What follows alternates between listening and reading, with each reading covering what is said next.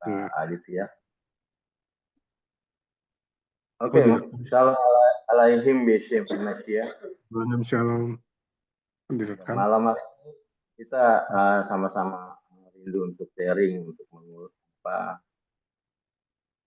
sharing-sharing kita belajar tentang wahyu khusus. Ya, saat ini saya ingin bagikan wahyu khusus tentang Adam. Ya, wahyu khusus Adam. Nah, kita berbicara tentang satu perjanjian. Apa sih sebenarnya perjanjian? Kenapa ada perjanjian lama, ada perjanjian baru? Ya, ya. Ini kalau Nah, direkam. kita, Nah. ya, saya rekam ini. Oh ya udah. Karena memang nggak ada yang ini. Ya. Ya, Jadi ya. kita Ada. berbicara tentang perjanjian, ya. Kita bicara tentang kitab suci orang Kristen. Ya. Kitab suci orang Kristen itu disebut juga dengan kitab suci perjanjian. Ya, ada perjanjian sebelum Yesus datang, disebut juga kitab perjanjian lama, dan ada kitab perjanjian sesudah Yesus. Ya, sesudah Yesus datang, yang kita sebut dengan perjanjian baru. Apa sih sebenarnya perjanjian? Ya, perjanjian dalam bahasa Ibrani itu disebut dengan berit. Ya. Nah, berit ini secara harfiah berarti memotong, ya, atau kesepakatan, ya. Dan terkadang juga merujuk pada tindakan memotong hewan, berit. Ya. Kemarin sempat kita singgung tentang hal itu, ya, pemotongan hewan korban sebagai tanda perjanjian. Ya, perjanjian pertama kan sering saya singgung tentang Adam di Taman Eden, dikasih pakaian tentang kulit binatang, berarti ada binatang yang dipotong, disembelih, sehingga kulitnya diambil dan darahnya tercurah.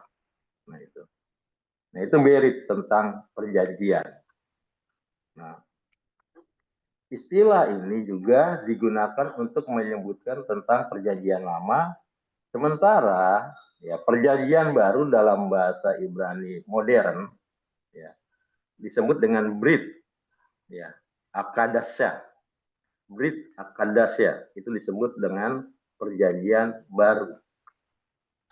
Nah, Berit ini ya kata untuk perjanjian yang memiliki konotasi kuat dengan kesepakatan atau pengikatan. Kadang-kadang ya pengikatan ini dilakukan dengan kata upacara pengorbanan, ya, kata perjanjian. Makanya ada korban. Gitu. Nah, Brit Milah istilah spesifiknya untuk perjanjian sunat. Itu perjanjian sunat disebut dengan Brit Milah, yang merupakan tanda fisik perjanjian antara Allah dan Abraham. Ya, dan Brit Akadasya, terjemah modern, itu untuk perjanjian baru. Ya, dalam konteks bahasa Ibrani. Nah, perjanjian lama bagi orang Yahudi, ya, kitab ini dikenal sebagai Tanakh. Ya, itu disebut dengan yang dipakai oleh orang-orang Yahudi. Ya, kita kan tahu ya, Tanakh terdiri dari kata apa?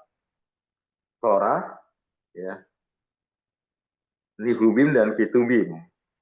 Ya, Torah itu perjanjian atau bisa disebut Pentateuch, ya.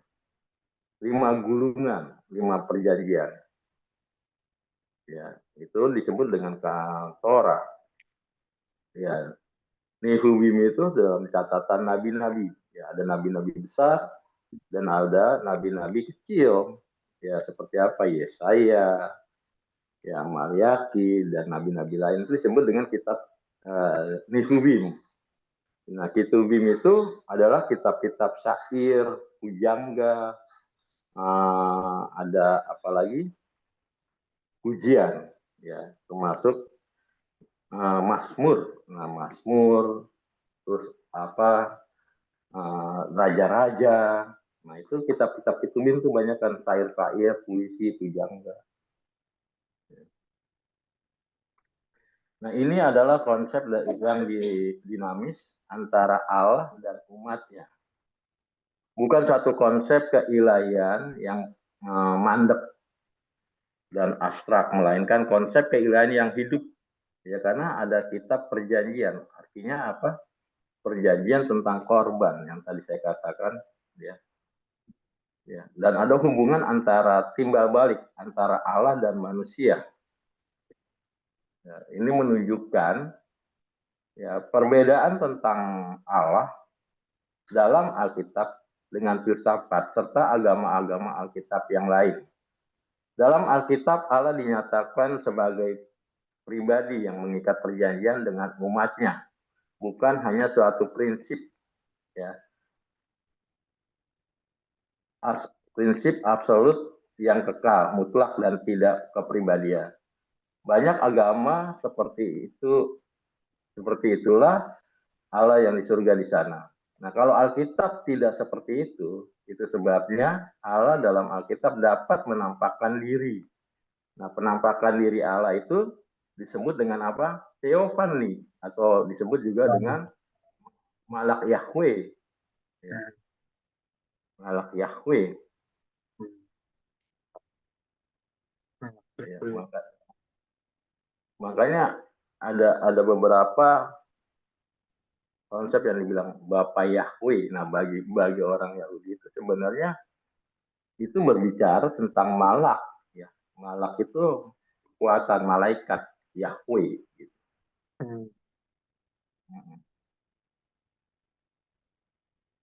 Nah, perjanjian dalam kitab suci dimulai dari pihak Allah dan manusia untuk selalu memegang perjanjian itu. Bukan karena manusia layak menerima hal itu, tetapi karena Allah menghendaki dan berbelas kasih, ya, kepada manusia dengan disertai ikatan-ikatan yang berlakunya dalam perjanjian itu, melalui tanda-tanda yang harus ditaati manusia agar manusia tetap berada dalam lingkup ikatan perjanjian di atas. Ya. Nah, perjanjian berasal dari belas kasihan Allah kepada manusia. Misalnya Allah mengikat perjanjian dengan Nuh. Ya. Waktu ada air bah kan Allah mengikat dengan perjanjian, ya, melalui dengan segenap alam semesta. Karena Nuh mendapat kasih karunia di mata Allah. Ya. Coba kita lihat dalam Kejadian pasal 6 ayat yang ke-8. Kejadian 6 ayat yang ke-8.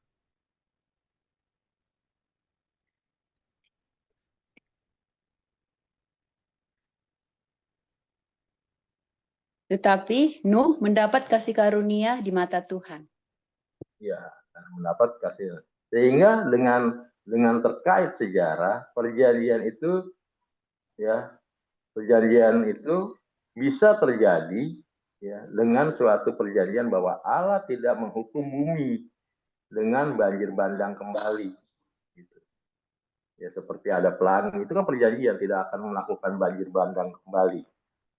Ya. Dengan demikian, sejarah dunia melalui 3 anaknya, ya, 3 anak Nuh, yaitu siapa? Sem, Ham, dan Yafet. Sem, Ham, Yafet. Ya. Nah, Sam itu keturunannya adalah leluhur bangsa Semit, ya, atau Timur Tengah, termasuk bangsa Arab. Itu dari keturunan Sam. Ya. Nah, kalau Ham menurunkan bangsa-bangsa di wilayah Afrika, ya, kulit hitam, ya, lainnya, seperti di Kanaan. Ya. Ya, orang Papua bisa dibilang keturunan Ham tuh. Tapi Papua itu kan ini jauh dari Afrika tuh ya. Tapi iya, artinya bangsa-bangsa yang berkulit hitam gelap. serumpun. Iya, serumpun. Betul. Nah, Yafet itu keturunannya menyebar ke wilayah utara dan barat, termasuk bangsa-bangsa seperti Turki, Slavia, dan Yunani. Itu keturunan Yafet. Ya, rumpun. Sehingga jalur keturunan Sam itu maka keturunannya perempuan di Taman Eden. Ya, itu bisa digenapi ketika Adam jatuh dalam dosa. Ya, Allah memberi perjanjian.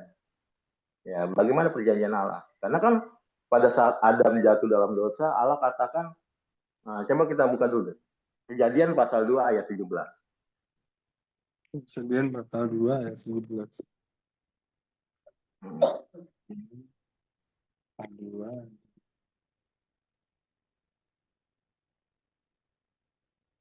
Kejadian pasal 2 ayat 17. Tapi pohon pengetahuan tentang yang baik dan yang jahat itu janganlah kau makan buahnya, sebab pada hari engkau makannya pastilah engkau mati. Ya, pastilah engkau mati. Pada saat Anda melanggar tentang buah tersebut, ya pelanggaran ketidaktaatan itu, dia pikir udah akan mati gitu. Wah, saya mati nih, nggak bisa ada keturunan. Nah, tetapi ya ada satu perjanjian kasih karunia Allah yang diberikan kepada Adam, yaitu dalam kitab Kejadian pasal 3 ayat 15. Kejadian pasal 3 ayat 15. Pasal 3 ayat 15. Aku akan mengadakan permusuhan antara engkau dan perempuan ini, antara keturunanmu dan keturunannya. Keturunannya akan meremukkan kepalamu dan engkau akan meremukkan tumitnya. Ya, itu sebenarnya kasih anugerah Tuhan kepada Adam. Kenapa? Karena di situ dikatakan dia akan mempunyai keturunan. Wah, berarti aku nggak mati nih. Karena dia akan mempunyai keturunan. Dan keturunannya itu akan melawan iblis. Nah, ini kalau kita pelajari, ya ini disebut dengan bapak-bapak gereja pertama awal, ya Yesus mengatakan bahwa ini yang disebut dengan proto-evangelion. Ya, proto-evangelion itu artinya kabar kesukaan yang pertama, mula-mula. Ya, atau disebut dengan Injil yang pertama. Ini dia, proto-evangelion. Ya. Ini ayat ini akan luas sekali. Ya. Ayat Nah, 15 juga. Iya. Evangelion. Aku akan mengadakan permusuhan antara engkau dan perempuan ini, gitu. Perempuan ini adalah keturunan daripada Hawa. Dan berarti disebut antara keturunan perempuan ini, ya sebenarnya di dalam tradisi Semit, ya itu kata keturunan hanya berlaku kepada laki-laki. Ya, sama sebenarnya sama Indonesia. Indonesia kan kata keturunan atau binti itu kan laki-laki, nggak ada binti itu wanita. Pernah lihat nisan di kuburan Islam gitu kan. Misalnya si Anu binti ini kan gitu kan. Yeah. Nah, binti itu keturunan. Bedanya Jadi, bin sama binti. Hah? Bedanya bin sama Sama. binti. Sama ya? Iya, sama aja. Itu keturunan. Ya, keturunan dari bin ini. Nah, di sini ada satu keturunan. Nah, jadi ada keturunan perempuan ini dan keturunanmu. Nah, ini tentang perkataan ya tentang di mana ada si iblis dengan Hawa. Jadi siapakah sebenarnya keturunan iblis? Nah, coba kita lihat Matius pasal 3 ayat 7. Matius pasal 3 ayat 7. Ya. Matius pasal 3. Matius pasal 3 ayat 7.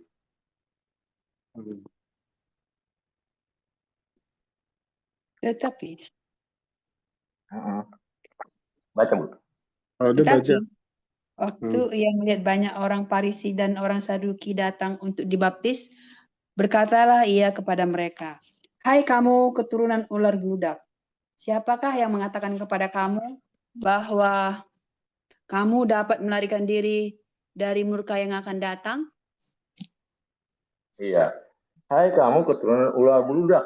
Itu yang dikatakan oleh Nabi penuntut Yohanes. Hai kamu keturunan ular bludak. Siapa keturunan ular bludak? Keturunan iblis. Keturunan ular. Di situ maka perjanjian ada keturunan si ular dan keturunan wanita. Berarti ya di sini di mana ada orang-orang Farisi dan Saduki yang tidak menerima tentang kebenaran itu. Makanya Yohanes Pembaptis mengatakan engkau adalah keturunan ular beludak gitu, keturunan iblis. Nah, ternyata kalau kita lihat dari hal ini, ya, orang Farisi dan Saduki itu yang keturunan iblis itu atau keturunan ular. Kenapa? Ya, karena di dalam hati mereka pada saat itu, ya, di dalam hatinya ada niatan untuk membunuh Yesus. Maka kalau kita baca di ayat selanjutnya, kita lihat di Yohanes 8 ayat 44 coba. Yohanes 8.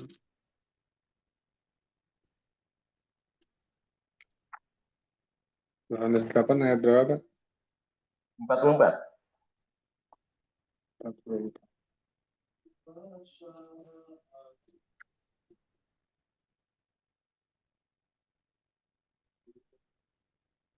Yohanes 8 ayat 44.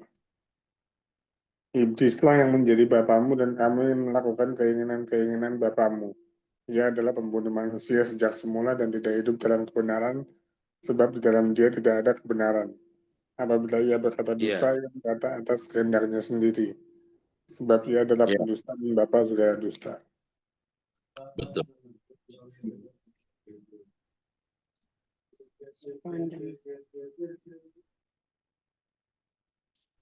ya. Jadi kalau kita lihat di situ, sifat iblis ada dua tuh. Ya. Yang pertama adalah pendusta. Yang kedua adalah Saya sih pembunuh. telepon mulu ih.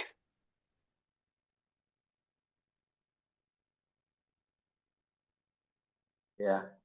Hmm. Jadi ada dua tuh. Hmm. Yang pertama adalah pendusta, ini sifat. Yang kedua adalah pembunuh. Ya. Pernah nggak membunuh kita? Pernah membunuh orang nggak? Siapa? Hah? Kita. Ya, Pernah Pak Adi loh. pernah nggak? Pernah juga, Pak. Pernah. Firman Tuhan bilang Ya. kalau membenci kan sama dengan membunuh juga. Hmm. Iya. Iya. Iya. Benar apa enggak itu, Pak? Betul. Berarti Sekali. kita ada masuk dalam kemasukan sifat-sifat iblis, ya, pendusta, pembunuh. Itu dulu lah sebelum lahir baru. Sekarang enggak lah. Tapi banyak, jangan dibilang nggak banyak di karangan gereja. Iya, banyak. Yang tanpa sadar kita pendusta lewat handphone, tanpa sadar. Gimana maksudnya? Ya, seandainya kita ditanya, kita janjian, di mana? Saya di jalan Pak, katanya masih di rumah. Betul itu, Pak. Banyak. Agar nggak sadar, udah ada pendustaan, pembohongan. Gitu. Ya. Nah, keturunannya akan meremukkan kepalamu. Ya, tadi kejadian pasal 3. Ya, kata keturunan ya itu dari kata reka. Reka itu dari kata rahmat. Nah, reka itu artinya rahim. Yang saya singkat katakan. Nah, kalau kita lihat di sini, keturunannya akan meremukkan kepalamu. Nah, coba kita lihat dalam 1 Yohanes pasal 3 ayat 8. Yohanes pasal 3 ayat 8. Iya. 1 Yohanes pasal 3 ayat 8.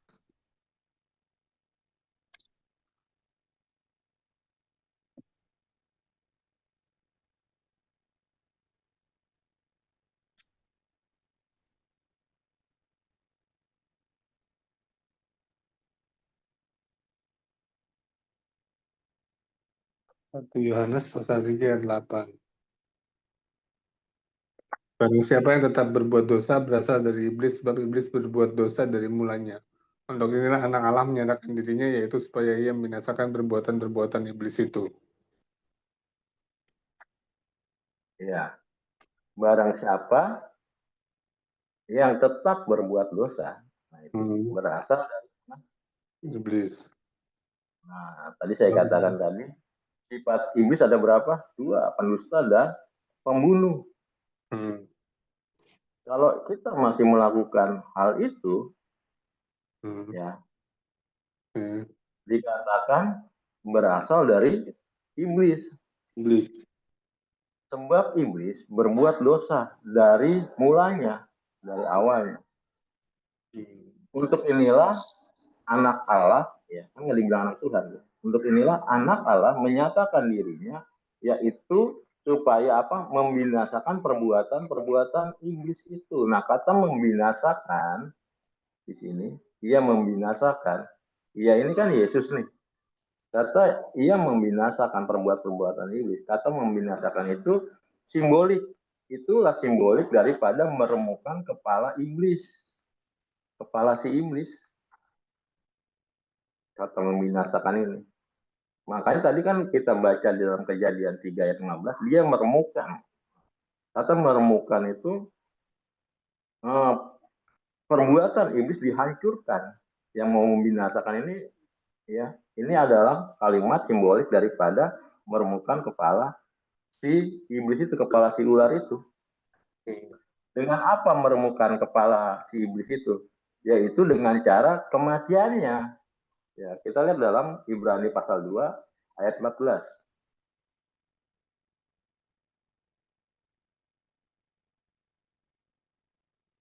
Ibrani pasal 2 ayat 14.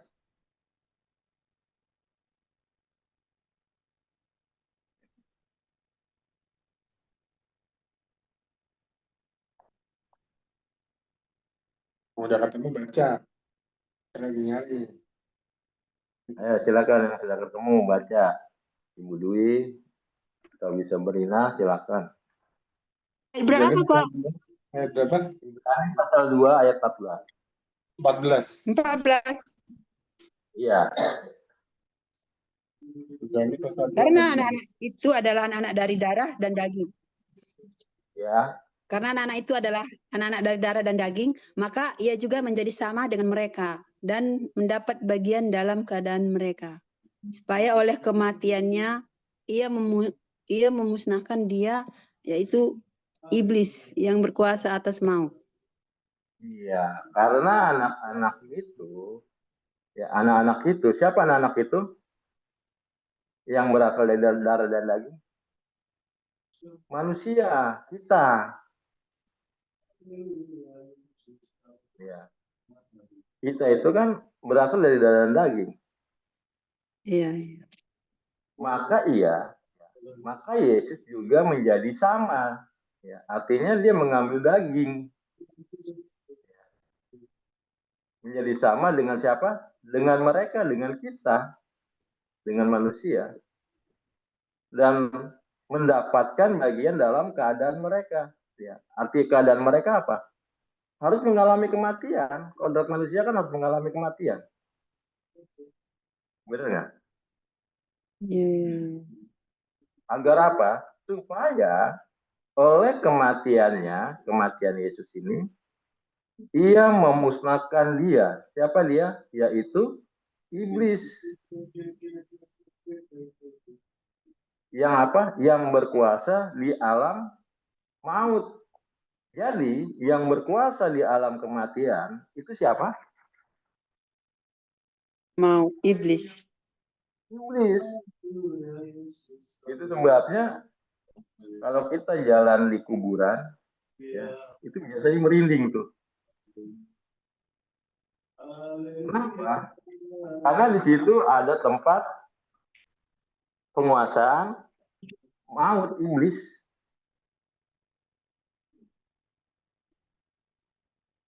Ya. Pernah nggak jalan di kuburan gitu? Atau tempat angker itu pemakaman yang angker, tapi kita udah ada ini sendiri gitu. Karena apa? Wajar karena di situ tempat berkuasanya para iblis.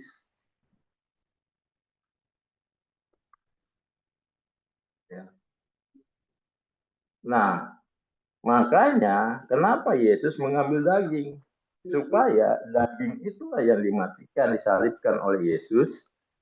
Supaya apa? Dia bisa membebaskan orang-orang yang dicengkram oleh alam kematian. Ya. Jadi yang mati itu kedagingannya, kemanusiaannya. Sifat ya atau esensi daripada keilahiannya atau firmannya nggak mati. Allah itu nggak bisa mati. Coba kita lihat dalam 1 Timotius pasal 6 ayat 16. 1 Timotius pasal 6 ayat 16.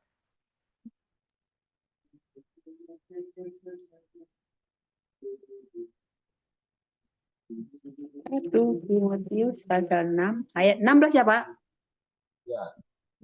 Dialah satu-satunya yang tidak takluk kepada maut, bersemayam dalam terang yang tak terhampiri.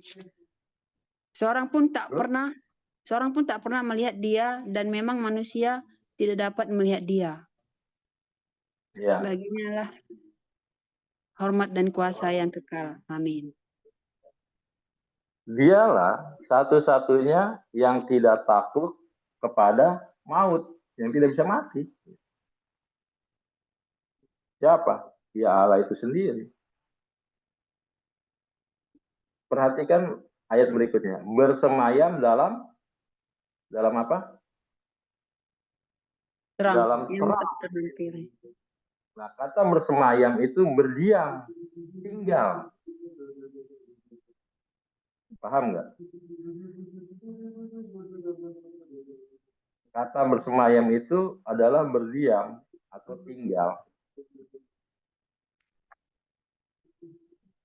Jadi ada kata rumah Bapak itu bukan rumah sebenarnya. Itu bahasa bersemayam. Kalau kita samakan rumah Bapak dengan bentuk rumah, itu salah besar. Sekarang saya tanya, Pak Adit punya rumah? Ada. Besar mana rumah dengan Pak Adit? Besaran rumah. Kalau rumah Bapak, berarti besar mana Bapak dengan rumahnya? Besaran rumah. Iya, berarti Bapak nggak maha besar. Dan berarti juga ada dua yang maha besar. Yang pertama rumah, kedua bapaknya. Makanya ayat tentang rumah Bapak itu bukan tentang bicara tentang rumahnya begini. Enggak, itu bicara tentang samayim, tentang tinggal, bersemayam. Bukan bicara kita rumah. Ini orang sekarang, Kristen sekarang, wah rumah saya belum jadi nih di surga. Wah kacau ini. Konsepnya udah konsep ya orang-orang yang di luar Kristen. Bahwa surganya itu ada tempat-tempat tinggal, ada kamar. Kan repot jadi. Yang disebut kita sudah disiapkan tempat tinggal itu, kita sudah disiapkan tempat bersemayam. Dan itu tidak ada batasan yang namanya. Makanya lihat di situ ayat tadi. Allah bersemayam dalam terang. Nah, terang itu ada batasan nggak? Tidak ada. Makanya Allah itu tak terbatas. Ya. Jadi hati-hati itu mengkaji tentang Yohanes pasal berapa itu tentang rumah Bapa. Itu bukan bicara tentang rumah, itu simbolik ayat. Yang kita berpikir, wah, rumah Bapa kita disiapkan tempat tinggal, rumah-rumah di sana. Ada yang kadang-kadang saya dengar, wah, saya baru sampai dapat pintunya doang, belum jadi. Semuanya udah jadi. Emang dikira disamain ada material? Ya, tidak seperti itu konsepnya. Ya, itu ayat simbolik. Maka dengan firman Allah mengambil tubuh manusia, ya, yang diambil melalui inkarnasinya.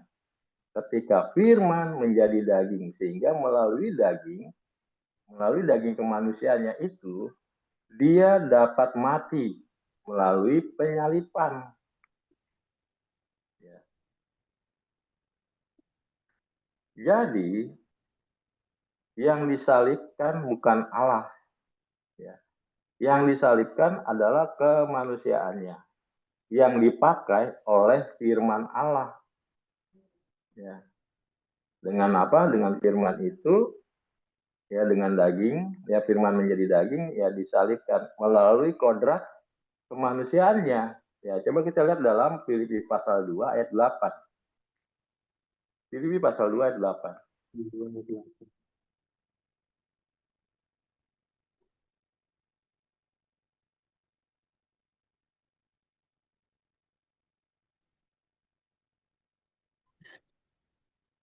Dan dalam keadaan sebagai manusia, ia telah merendahkan dirinya dan taat sampai mati. Bahkan sampai mati di kayu salib. Cepat dia Ya. bukuin dapetnya. Ini cepat. Udah lama. Dulu Hmm. depan Alkitab ini Pak Adit. Depan langsung. Cepat berdua. Bagus. Dan dalam keadaan sebagai apa? Manusia, ia telah merendahkan dirinya dan taat sampai mati. Itu sebabnya kenapa Yesus dibilang Adam kedua. Karena Adam pertama dia mati dalam keadaan tidak taat. Iya kan? Di Kejadian pasal 2 ayat 17 tadi. Ya, ya. Nah, Yesus dibilang Adam kedua, itu dia masuk dalam kematian dalam keadaan ketaatan. Yang makanya dikatakan taat sampai mati. Itu sebabnya Yesus itu disebut Adam kedua untuk mengembalikan kepada penciptaan manusia yang pertama. Itu. Bahkan sampai mati di kayu salib. Ya, jadi kalau yang menguasai alam kematian itu adalah iblis, jadi secara kategori siapapun yang mati di luar Tuhan Yesus itu di bawah cengkraman iblis. Benar nggak? Benar.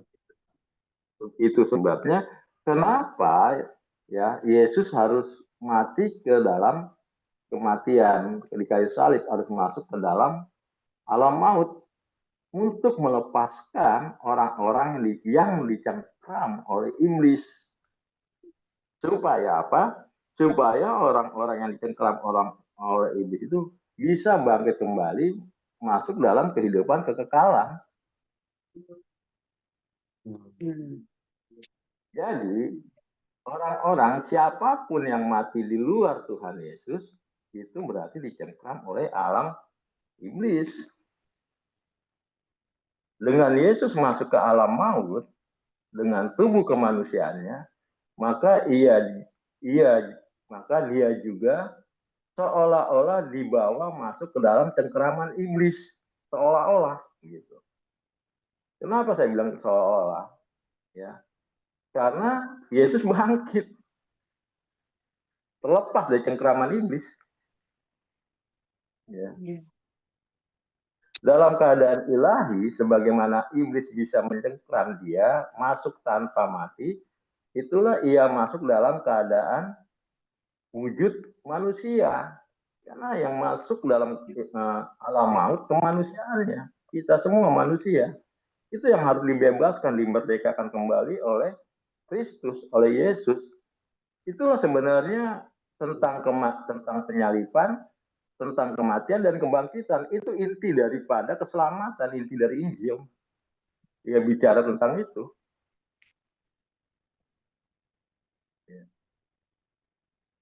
Apakah Yesus kalah?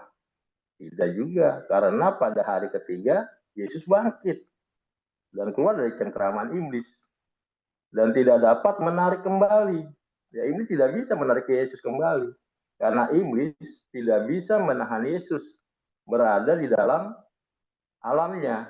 Itu sebabnya Yesus menang atas iblis. Gitu. Coba kita lihat Roma pasal 6 ayat 9.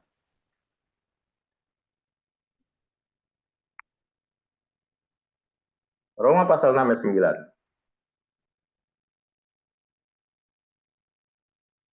Roma pasal 6 ayat 9, karena kita tahu bahwa Kristus sesudah ia bangkit dari antara orang mati, tidak mati lagi. Maut tidak berkuasa lagi atas dia. Iya, maut tidak berkuasa lagi karena dia bangkit, terlepas dari alam maut. Itu sebabnya maut tidak berkuasa lagi atas dia.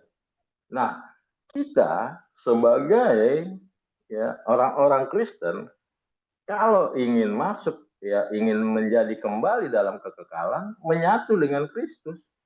Kenapa? Karena itu kekal, maut tidak berkuasa atas dia. Nah, kita sebagai orang Kristen harus menyatu dengan dia supaya apa? Supaya juga maut tidak berkuasa atas diri kita. Kalau orang Kristen nggak menyatu dengan Kristus, dia akan binasa. Ya. Akan binasa. Yohanes katakan, barang siapa yang tidak tinggal di dalam aku, kau seperti ranting. Ya. Lalu ya, ranting yang kering, lalu kukumpulkan dan kubakar. Gitu. Jadi tinggal itu bahasa tinggal itu bahasa penyatuan dalam bahasa Yunani teosis, gitu. Berteosis, menyatu. Kalau dalam bahasa Arab tafila, tinggal, penyatuan. Makanya saya sering kali saya singgung betapa pentingnya kekristenan itu dalam penyatuan kepada Kristus. Dengan jalan apa? Ya tradisi suci, ya, dan semua apa yang dilakukan, diperintahkan, kita lakukan.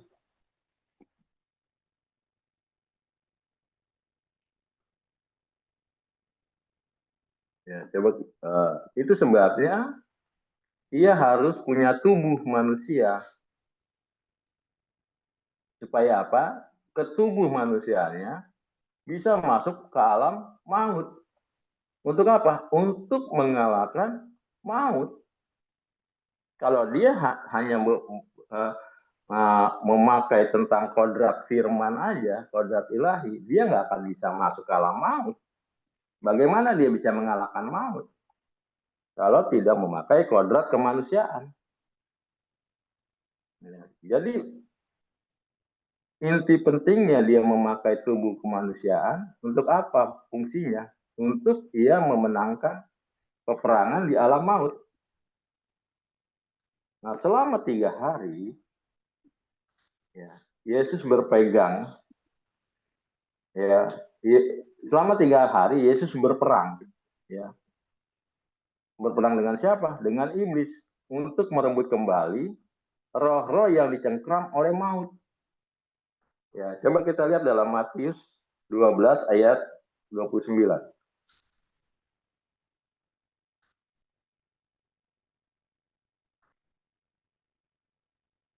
Matius Roma 12 berapa? Matius Ayat 12 ayat 29. Atau bagaimanakah orang dapat memasuki rumah seorang yang kuat dan merampas harta bendanya apabila tidak diikatnya dahulu orang kuat itu, sesudah diikatnya barulah dapat ia merampok rumah itu. Ya. Nah, sesudah diikatnya barulah ia dapat merampok rumah itu. Nah, bicara tentang rumah yang tadi saya bilang, itu yaitu tempat tinggal, ya tempat tinggal, wilayah, kekuasaan yang dimaksud orang kuat, ya orang kuat di dalam tempat tinggal itu, ya tempat tinggalnya di mana? Di kuburan itu alam maut. Ya. Yang orang kuat itu adalah iblis. Nah, harta benda iblis, ya harta benda iblis apa? Adalah roh-roh orang yang dipenjarakan oleh maut, yang di alam kematian, gitu. Dia dicengkram, dipenjarakan. Ya. Jadi untuk bisa merampas harta benda orang kuat, yang dimaksud di Matius 12 ayat 29 itu, merampas harta bendanya, ya yang dimaksud harta benda orang kuat yaitu iblisnya, ya itu adalah iblis. Jadi harus bisa masuk ke rumahnya. Bagaimana Yesus bisa masuk ke rumahnya si iblis itu di alam maut? Dia harus mengambil daging supaya bisa masuk ke rumahnya iblis. Ya untuk apa? Merampas harta bendanya. Yaitu ya yang diikat dahulu, artinya yang dikalahkan, ya. Jadi Yesus mengalahkan penguasa maut dahulu, barulah direbut kembali harta bendanya. Artinya roh-roh yang terikat oleh iblis diselamatkan oleh Yesus. Ya makanya waktu dia mati 3 hari, dia bangkit bersama-sama orang yang percaya kepada Kristus secara teofani. Ya kan pernah saya bicarakan tentang antara teofani dan kristofani. Ya itu sudah ada. Ya harta bendanya. Nah, coba kita baca lagi dalam 1 Petrus 3. 1 Petrus 3 ayat 18 sampai 20. Duluan nih Pak Adit. 1 Petrus 3 ayat 18 sampai 20. Sebab juga Kristus telah mati sekali untuk segala dosa kita. Ia yang benar untuk orang-orang yang tidak benar, supaya ia membawa kita kepada Allah, kepada ia yang telah dibunuh dalam keadaannya sebagai manusia, tapi yang telah dibangkitkan menurut roh.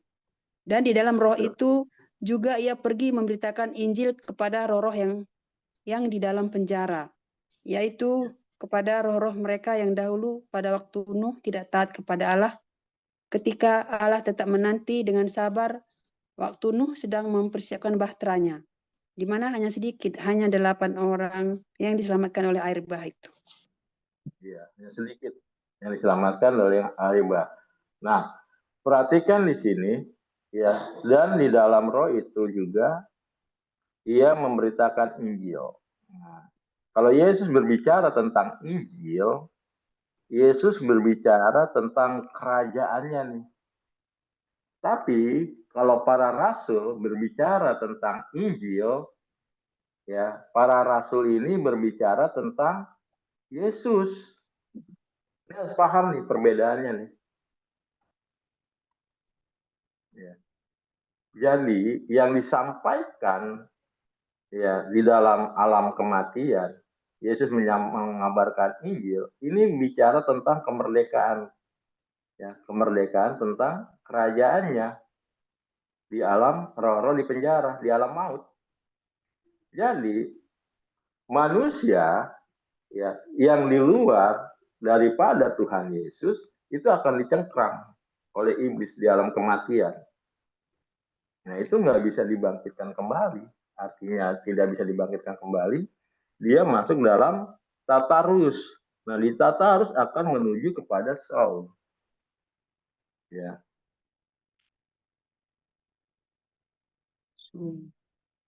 Saul itu setelah pengadilan tahta. Gehenna, disebut dengan Gehenna juga. Ya. Tartarus tuh. Sorry. Tartarus itu suatu alam penyiksaan, tetapi belum masuk kepada pengadilan tasawuf ini sekarang nih ya, saat ini. Saat ini kita roh-roh yang memang dalam kematian, yang orang-orang Kristen yang tidak bisa menyatu dengan Kristus itu akan ditaruh di dalam Tartarus. Nah, Tartarus itu tempat penyiksaan di alam maut. Ya. Hmm. Terus kalau Teofani itu adanya di perjanjian lama aja atau bukan? Bukan ya? Ya, Teofani perjanjian lama. Itu Oh. penampakan Teofani, itu penampakan Sang Firman.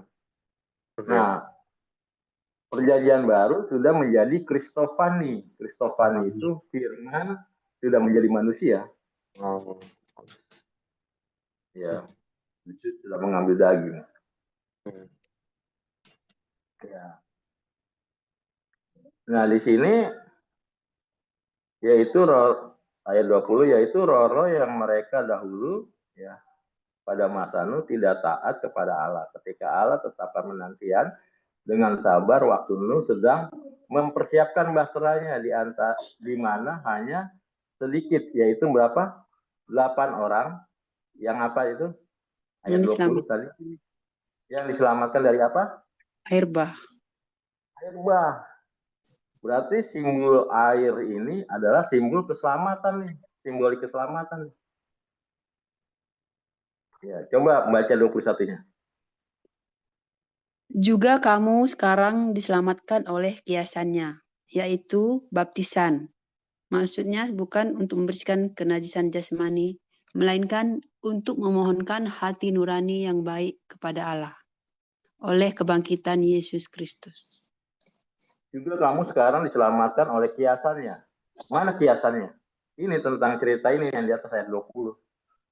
Tentang penyelamatan air bah ini. Kiasannya. Yaitu apa? Baptisan. Baptisan. Berarti baptisan itu menyelamatkan nggak? Menyelamatkan. Menyelamatkan. Kalau baptisan menyelamatkan, berarti baptisan itu bukan simbol, bukan tanda. Sebab tanda atau simbol nggak bisa menyelamatkan. Nah, sering saya dengar bahwa baptisan itu ada tanda keselamatan dari orang percaya. Ada yang bilang simbol keselamatan dari orang percaya. Tidak. Baptisan itu menyelamatkan. Ya, kenapa baptisan bisa menyelamatkan? Coba lihat ayat seterusnya. Bacakan lagi Bu Dwi. Ayat 22. 21. Yang ayat 21. Juga kamu sekarang diselamatkan oleh kiasannya, yaitu baptisan. Maksudnya bukan untuk membersihkan kenajisan jasmani, melainkan untuk memohonkan hati nurani yang baik kepada Allah oleh kebangkitan Yesus Kristus. Oleh kebangkitan Yesus Kristus, karena baptisan itu ada sangkut pautnya dengan kebangkitan.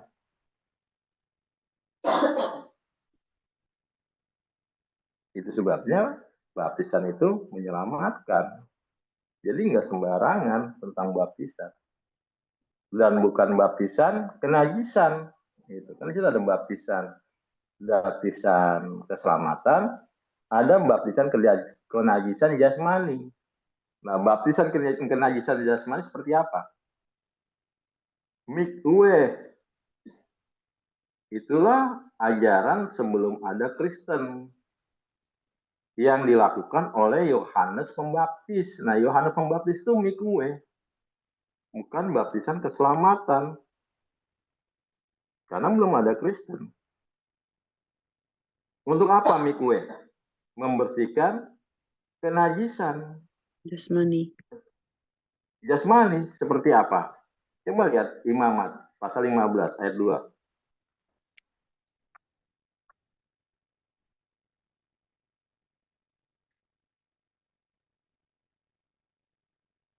Imamat pasal 2 ya Pak? Imamat pasal 15 ayat 2.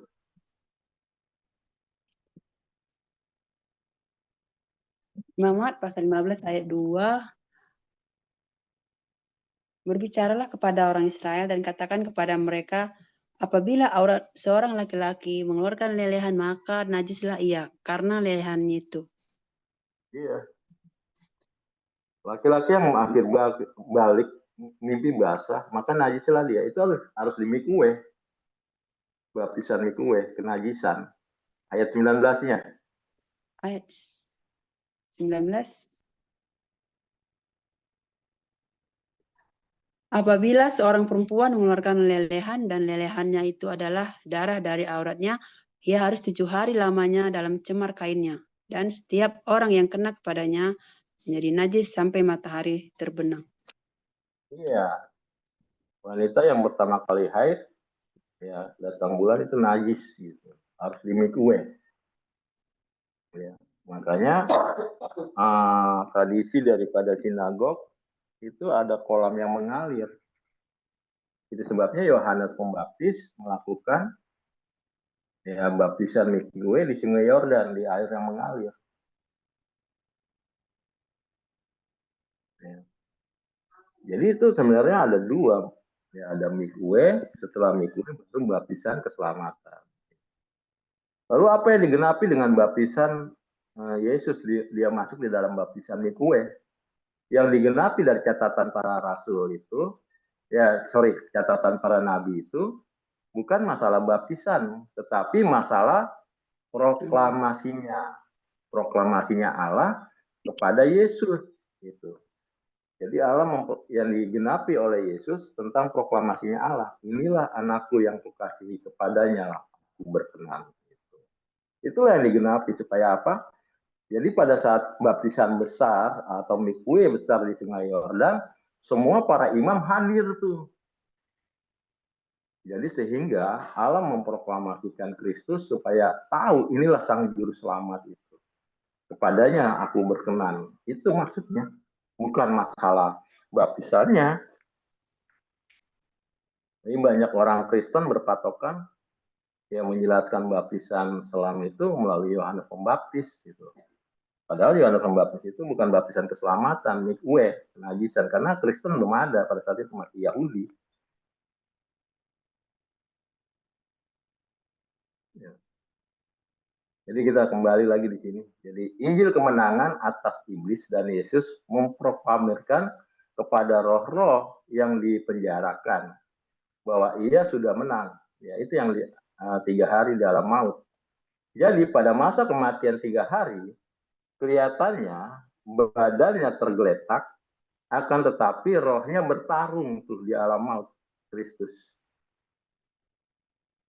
Dan mendeklarasikan kemenangannya pada roh-roh yang ada di alam maut ini. Ya, coba kita lihat 1 Petrus pasal 4 ayat 6.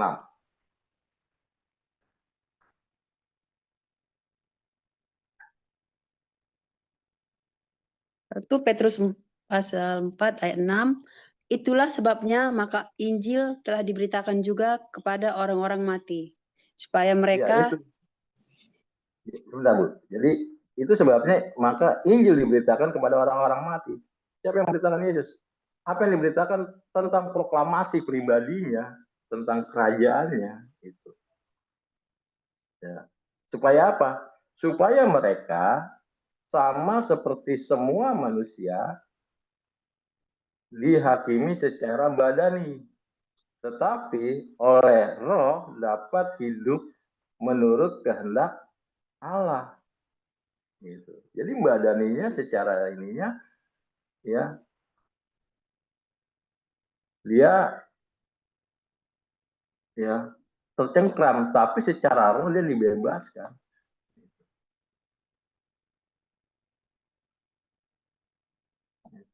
Siapa yang memberitakan? Siapa yang memberitakannya? Yaitu Kristus dalam kematiannya. Jadi landasan janji Allah, ya makanya di dalam surat tadi saya katakan ada perjanjian. Kenapa disebut dengan perjanjian? Ya ada perjanjian lama dan perjanjian baru. Ya tadi sudah saya jelaskan.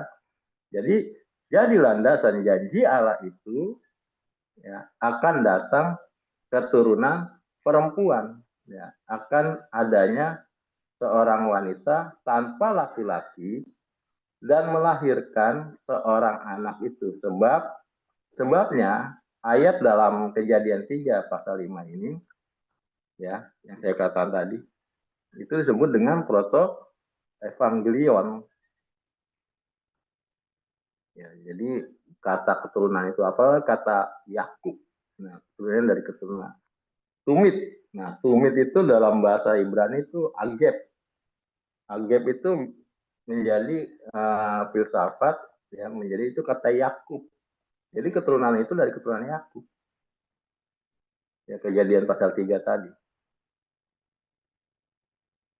Ya. Nah, inilah yang disebut dengan proto evangelion. Nah, coba kita lihat lagi dalam Kejadian 3 ayat 21. Kejadian 3 ayat 21. Kejadian 3 ayat 21 kata. Dan Tuhan Allah membuat pakaian dari kulit binatang untuk manusia dan untuk istrinya itu, lalu mengenakannya kepada mereka. Nah, ini yang saya bilang perjanjian. Ya, membuatkan pakaian dari kulit binatang. Berarti ada satu korban, ya, atau berit, ya, dalam bahasa Ibrani ada satu korban yang disembelih, gitu. Disebut juga dengan makna kata pemotongan atau perjanjian, ya, berit. Ya. Setelah manusia berbuat dosa, apa yang terjadi? Ya. Dalam Kejadian pasal 3 ayat 7, maka terbukalah, ya, mata mereka. Ya. Mereka berdua. Mereka tahu bahwa mereka telanjang. Ya. Sebenarnya kenapa mereka tahu? Karena pada saat itu sebelum mereka jatuh, ya, dalam ketidaktaatan, mereka ditutupi oleh kemuliaan Allah, tuh sinar yang terang, sehingga tidak bisa melihat, ya, tidak bisa melihat ke dalamnya. Pada saat ketidaktaatan, ya, kemuliaan itu, terang itu sendiri hilang, barulah mereka sadar bahwa mereka telanjang. Lalu mereka menyemat dengan apa? Daun pohon ara. Ya. Jadi pohon ara ini sudah ada di Taman Eden. Perhatikan ya, waktu siapa? Zakheus. Ya, Zakheus naik pohon apa dia? Waktu ingin melihat Yesus. Pohon ara. Jadi tahu nggak makna pohon ara itu? Enggak. Tudung kemuliaan Allah. Pohon ara itu simbolik daripada tudung kemuliaan Allah. Jadi pohon tertua itu. Ya, kenapa? Di Taman Eden ada. Sampai sekarang pun ada pohon ara. Nah, pada saat tahu manusia itu bersalah, berdosa, ya, dia memakai pola pikirnya untuk menutupi ketelanjangannya dengan daun pohon ara. Ya, jadi manusia itu banyak untuk menutupi kesalahannya dengan pola pikirnya. Itu banyak. Kenapa? Tidak jadi simbolik nih di Taman Eden. Kan dengan pola pikirnya sendiri dia ngambil pohon ara.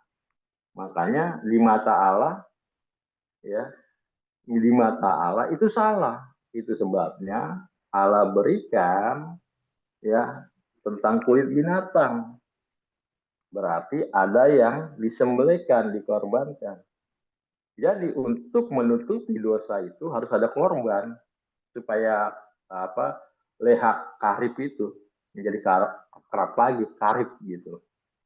Karib atau menjadi pendekatan lagi kepada Allah. Ya. Jadi ada korban. Jangan memakai pola pikir. Ya, banyak orang udah bersalah, berdosa, udah ini malah menjauh pakai pola pikirnya sendiri. Ya, seharusnya dia menggunakan tentang korban kembali supaya akrab kembali. Ya.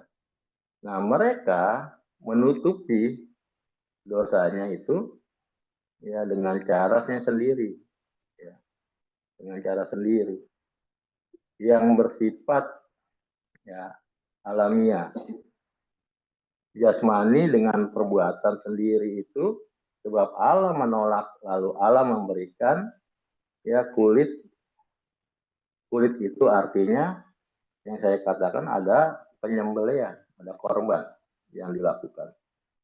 Ya, lalu apakah Allah haus akan darah? Ya tidak. Karena Allah mempunyai dua sifat yang kelihatannya bertentangan sifatnya. Sifat apa? Sifat Allah?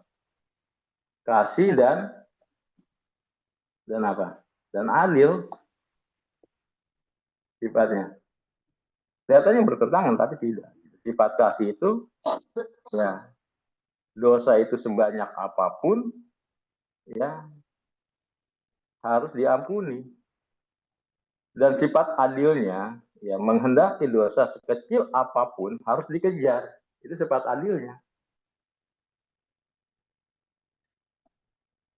Ya.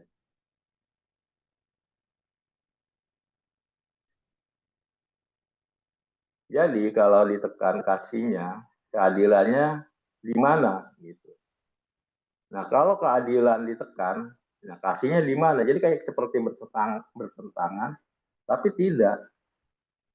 Makanya ada cara, ya, ada cara pendekatan. Bagaimana caranya? Ya, supaya keadilannya itu dijalankan, kasih juga berjalan. Ya, bagaimana caranya? Yang Allah lakukan.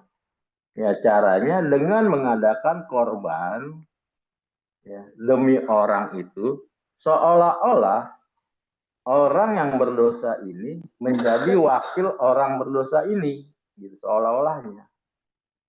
Maka ketika kambing itu disembelih ya oleh orang ini, yang hanya hukuman dosanya telah dihukum, digantikan ya di dalam diri kambing itu, sehingga kambing itulah yang disebut dengan korban. Ya, domba itu yang disebut dengan korban. Nah, korban itu ya dalam bahasa Ibrani dan juga dalam bahasa Arab dari kata yang sama itu, karub. Ya. Karub itu artinya mendekati, menjadi dalam bahasa Indonesia karib. Nah, itu yang saya bilang, karub, karib, korban. Karib itu tahu ya. Kita kalau bilang sahabat karib, nah itu sahabat dekat. Nah, itu dari kata bahasa Ibrani itu karob, ya karob atau karib. Ya, itu maka disebut sahabat karib, sahabat dekat. Nah, itu artinya dalam bahasa Ibrani itu korban. Ya, korban. Jadi arti sarana yang mendekatkan ya, dengan apa? Dengan binatang ini telah disembelih dengan mewakili dan dia masih perlu dihukum. Ya, dan dia perlu dihukum tidak juga karena sudah diwakili gitu dengan korban tersebut. Ya. Itu sebabnya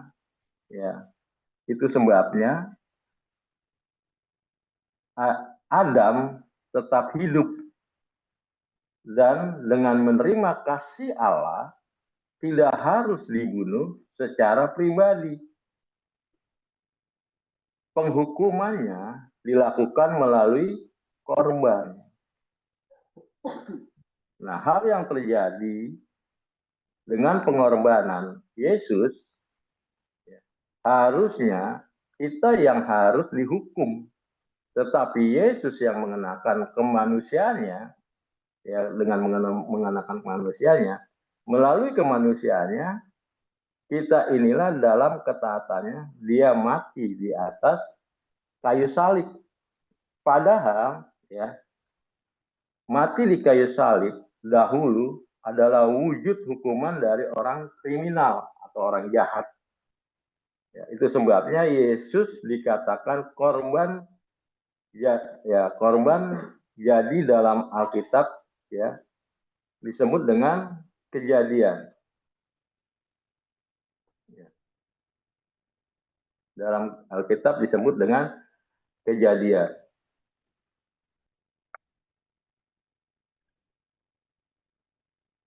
Ya, sebentar. Jelasnya bahwa Yesus lahir dari perawat, dijelaskan bahwa bermusuhan muncul, dijelaskan bahwa ya meremukkan kaki, ya bermusuhan dengan iblis itu sendiri yang meremukkan kakinya. Ya penyaliban dan dijelaskan efek korban keselamatan bagi manusia. Intinya inilah akar dari perjanjian Allah melalui korban tersebut. Ya, makanya disebut Alkitab ada perjanjian baru dan ada perjanjian lama. Kenapa? Karena perjanjian baru pada saat itu korban itu melalui binatang. Ya. Setelah dalam perjanjian korban itu melalui kemanusiaannya, yaitu harus Kristus yang mengambil daging, yaitu Yesus yang masuk, yang mati dalam kayu salib, ya, sehingga kematiannya itu sepertinya seperti dicela karena penyalibannya itu adalah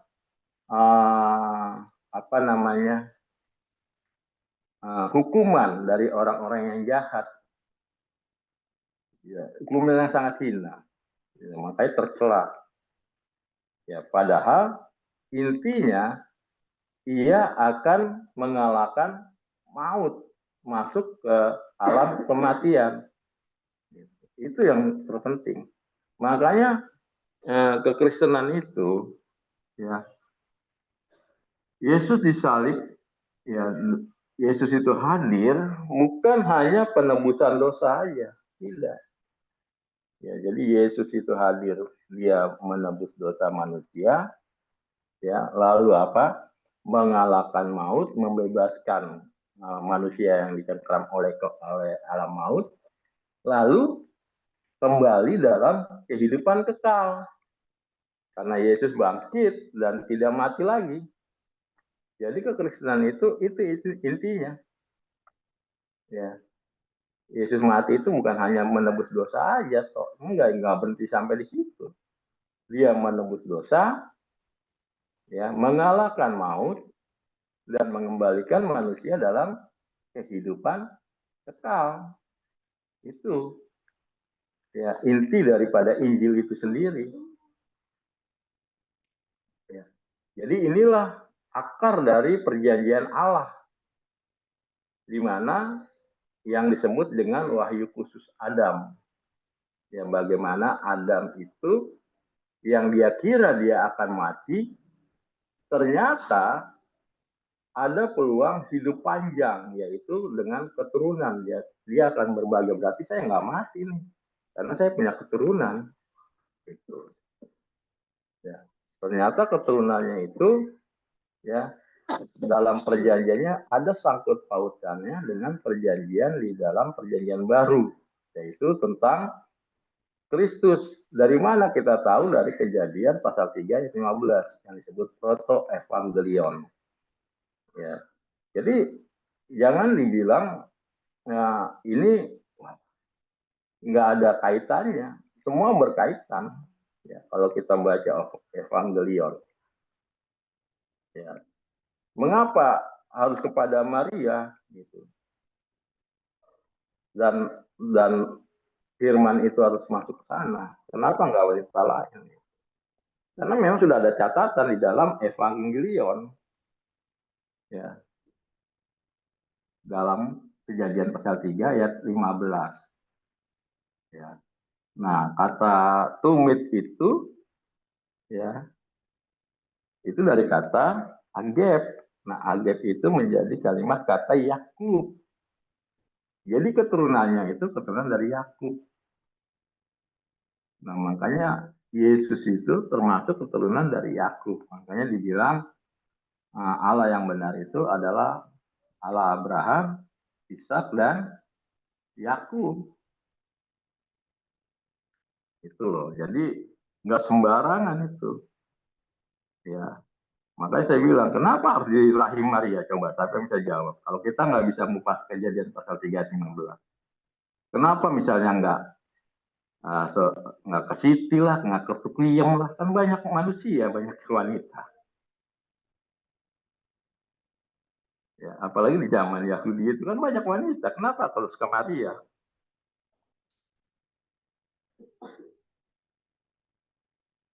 Karena memang sudah dipilih gitu. Di mana kita tahu? Ya, kalau kita membaca dalam Kejadian 3 ayat 15. Gitu. Ya. Jadi harus kita memahami itu. Jadi kenapa Maria bisa terpilih dan rahim bisa masuk? Saudara bisa tahu pada saat Teofani menampakkan diri di Gunung Sinai berjumpa dengan Yesus, yang namanya semak duri itu kotor, dia terbakar. Sebab apa? Firman itu kudus. Jadi kalau kita mendekati Sang Ilahi dalam posisi kudus, kita terbakar. Ya. Nah pertanyaannya, kenapa Maria tidak terbakar waktu dimasukkan firman-Nya? Ada yang bisa jawab? Karena sudah ada perjanjian ini di sini, ayat 15 ini, Pak. Iya, itu masalah keturunannya. Tapi pertanyaannya, kenapa Maria itu tidak terbakar pada saat dimasukkan firman-Nya ke dalam rahimnya? Karena dia Kenapa? sadar. Karena dia dikuduskan. Kuduskan. Iya, kan saya bilang, kalau manusia nggak kudus, menghampiri Allah, terbakar. Apalagi sebagai firman-Nya, esensi daripada Allah itu sendiri. Kalau dia tidak dikuduskan, ya, dia akan terbakar. Kalau dia ada dosa sedikit pun, ya, tidak dikuduskan, dia terbakar. Karena firman itu tidak bisa bercampur dengan yang kotor.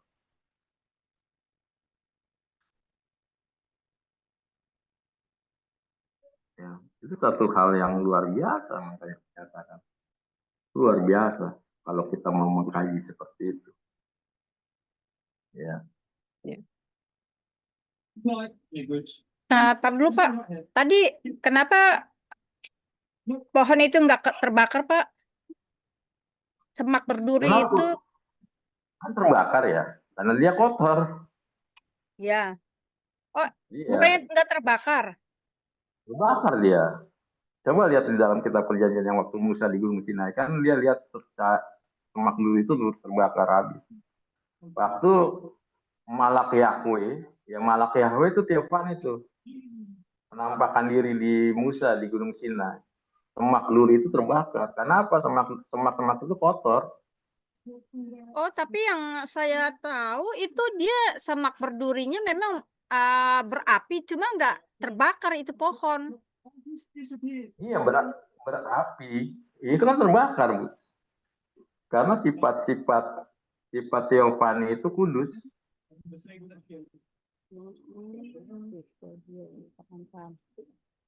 Ya, nanti kita bicara tentang itu lah, tentang alam maut itu. Jadi, kenapa manusia itu ada penyiksaan? Karena manusia mati membawa sampah, membawa dosa. Ya, penyiksaan itu bukan alam yang diciptakan oleh Allah, tidak.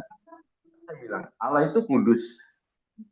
Pada saat kita mati membawa sampah, membawa dosa, ya, kita menghampiri Allah, kita terbakar.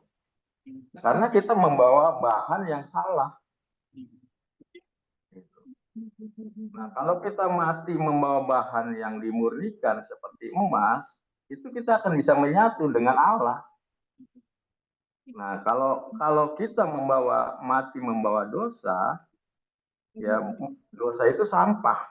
Gitu. Jadi kalau kita mati membawa sampah, kita akan terbakar. Makanya dikatakan di Alkitab, hendaklah engkau kudus, sebab aku adalah kudus. Tanpa kekudusan, engkau tidak bisa melihat Bapakku yang di surga. Gitu. Kenapa? Karena pada saat kita mau mendekati Allah, kita terbakar. Allah ingin memeluk kita, tetapi nggak bisa. Kita sendiri terbakar. Yang salah siapa? Yang salah kita membawa bahan yang salah. Gitu.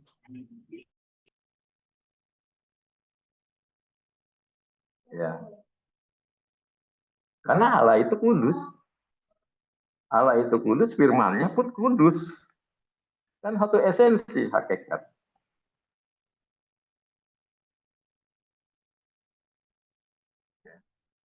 Jelas ya? Ada yang mau ditanyakan lagi? Silakan. Iya mau Pak. Ini saya mau nanya tentang baptisan ya tadi ya. Yang saya tanyakan itu pada masa sebelum pelayanan Yohanes Pembaptis, itu ada nggak praktek baptisan mikwe itu? Ya, ada pembaptis itu praktek baptisan mikwe. Iya maksud saya gini Pak.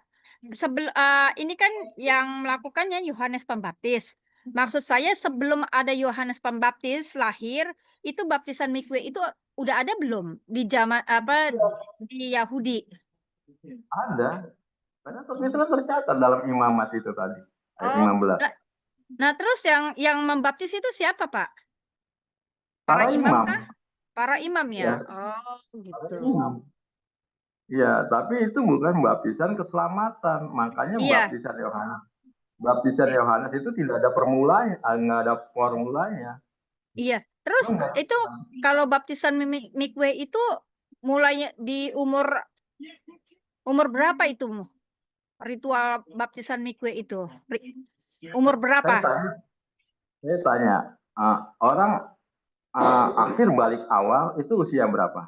Oh, paham 12.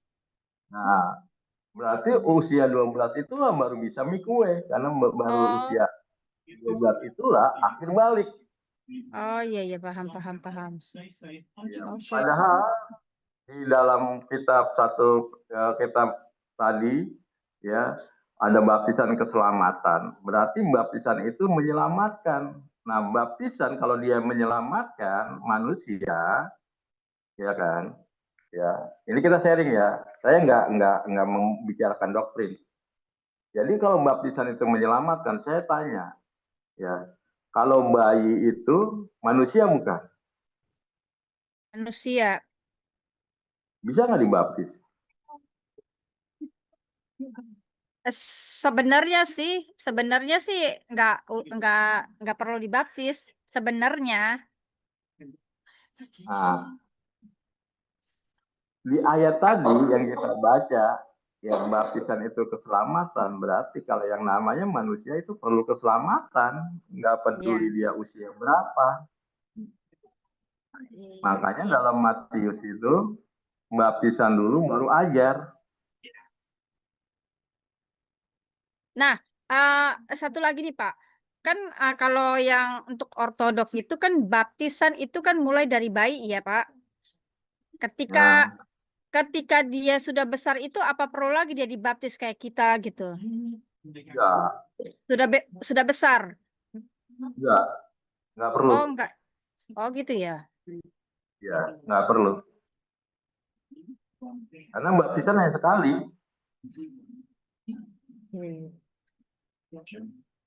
Jadi nggak perlu ada baptisan lagi. Jadi kalau untuk baptisannya apa yang besarnya itu hanya biasanya untuk dari orang luar aja ya? Ya, makanya di dalam gereja timur baptisan hanya sekali dan tidak perlu lagi. Yang perlu itu ajarlah, belajarnya. Gitu. Ada beberapa gereja yang mengajarkan orang berdosa besar baptis lagi, dosa baptis lagi. Itu ada gereja sekarang nggak ada. Ya. Tapi kalau di dalam ajaran apostolik, ya, yang namanya baptisan itu hanya sekali. Ya, sampai besar ya enggak. Karena apa? Ya, dan dia masih memakai iman orang tuanya. Ya, tapi nanti setelah dewasa, dia wajib belajar, ya, wajib katekesasi, wajib memahami kekristenan, wajib itu hukumnya, gitu Bu.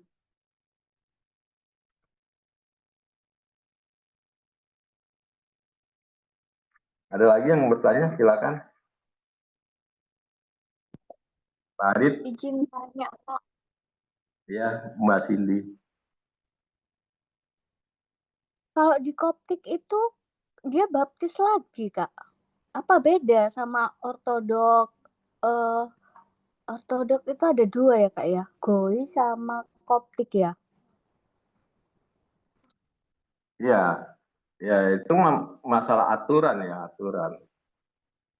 Ya, aturan. Jadi Ke Koptik itu temanku dia dibaptis lagi, harus dibaptis lagi, terus kayak nggak boleh makan roti yang nggak dari Koptik gitu.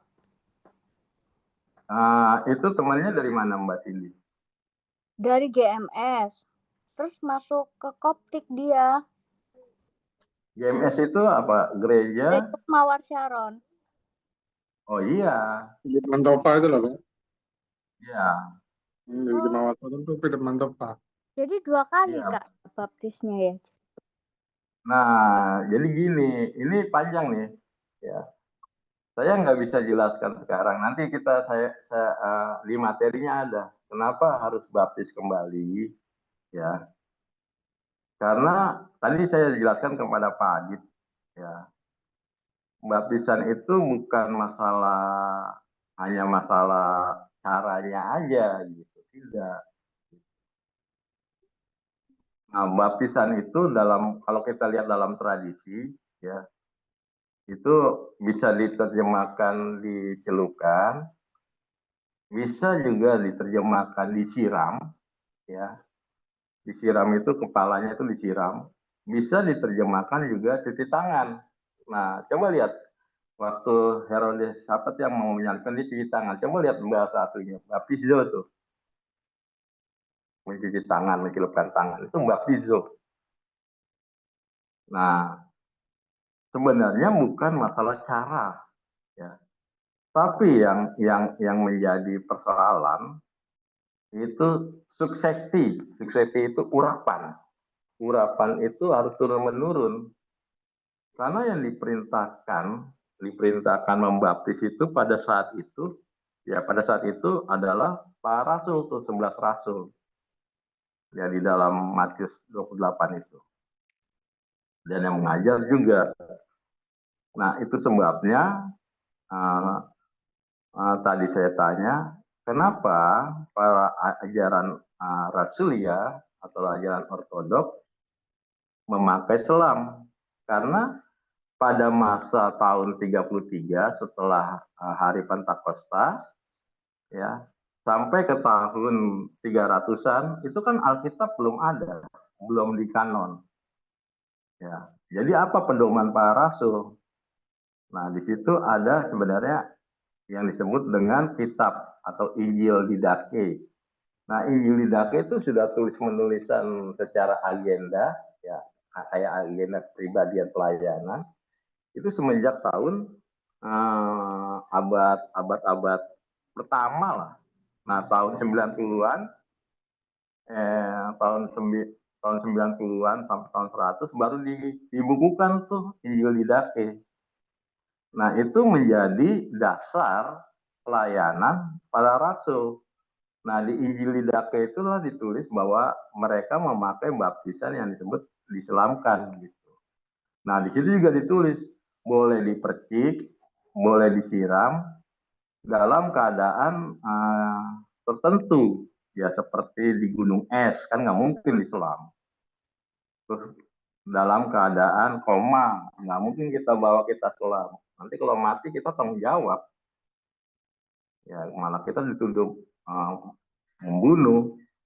Jadi dalam kondisi tertentu boleh seperti itu.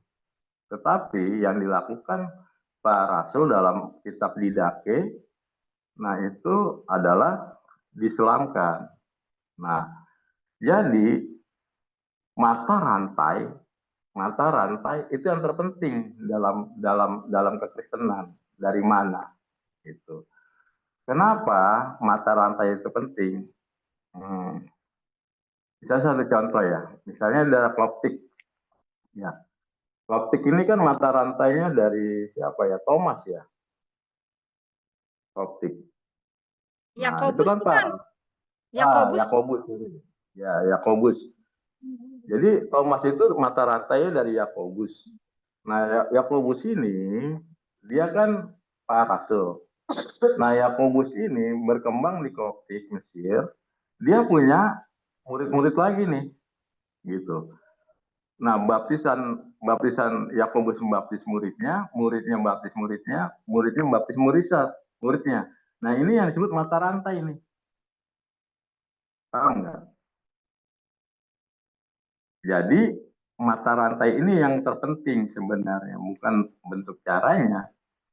Mengapa orang-orang yang di luar gereja ortodok masuk ke ortodok dibaptis lagi? Karena tidak ada mata rantainya. Misalnya contoh ya, Mawar Saron yang disebut Philip Matova ya.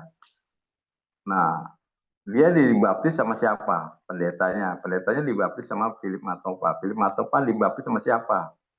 Pendetanya lagi. Pendetanya dibaptis sama siapa? Nah, ini ada nggak mata rantai yang mentok sampai nggak Pak Rasul? Itu yang disebut mata rantai. Itu yang penting, urapan. Ya. Itu pentingnya. Nah, setahu saya pada saat pecahnya Katolik Timur dan Katolik Barat, yang satu Vatikan, yang satu Konstantinopel. Nah, yang Vatikan ini pecah menjadi di bawahnya ada Protestan. Protestan ada Anglikan, ya, ada John Calvin dan sebagainya. Ini di sini nih pecahan dari Protestan. Setelah itu pecahan dari ini semua menjadi aliran pertama itu Pantekosta. Nah, setelah Pantekosta baru menjadi karismatik. Berarti ini kan sudah terputus di mata rantainya. Ya. Berarti mata rantainya itu hanya sebatas sampai mentok di Vatikan nih. Karena nenek moyangnya Vatikan awal. Ya. Walaupun kita tidak mengakui, misalnya orang-orang Kristen sekarang tidak mengakui Katolik, ya pada dasarnya ya keturunan mereka, gitu. Karena dari Katolik, Protestan dan seterusnya. Ini mata rantai.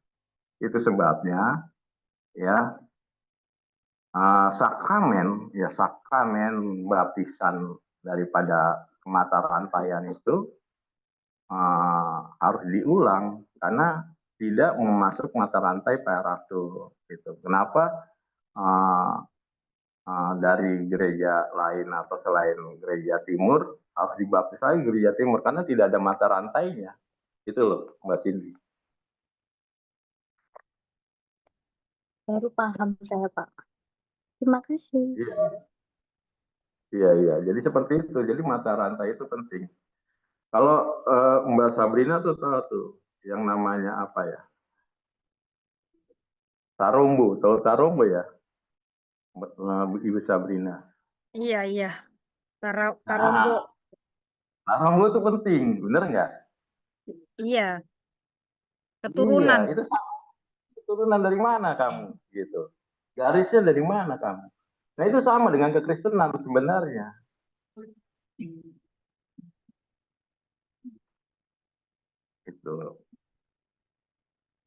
Itu sebabnya, dan kenapa ortodok yang lainnya tidak bisa mengambil perjamuan kudus di gereja lain, ya.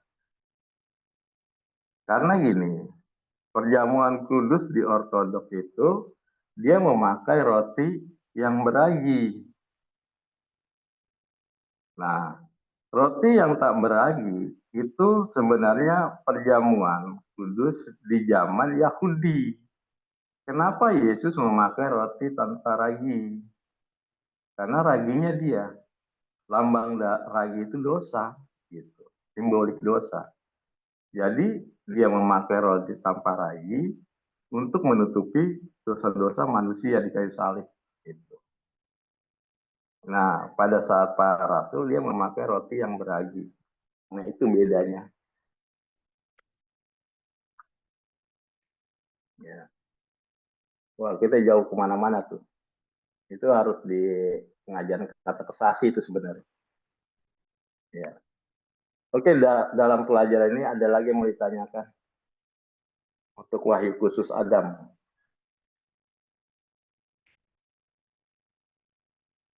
Udah jelas, Pak.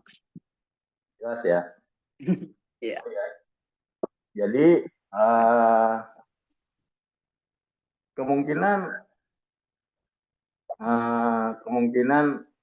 besok kita juga ada Zoom ya.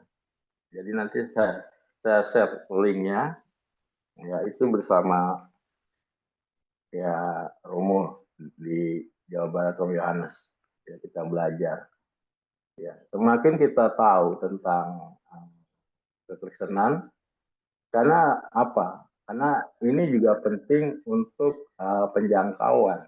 Jangan kita sebagai penjangkau, kita sendiri kekristenan minim. Nah, itu yang repot. Ya, kita juga harus belajar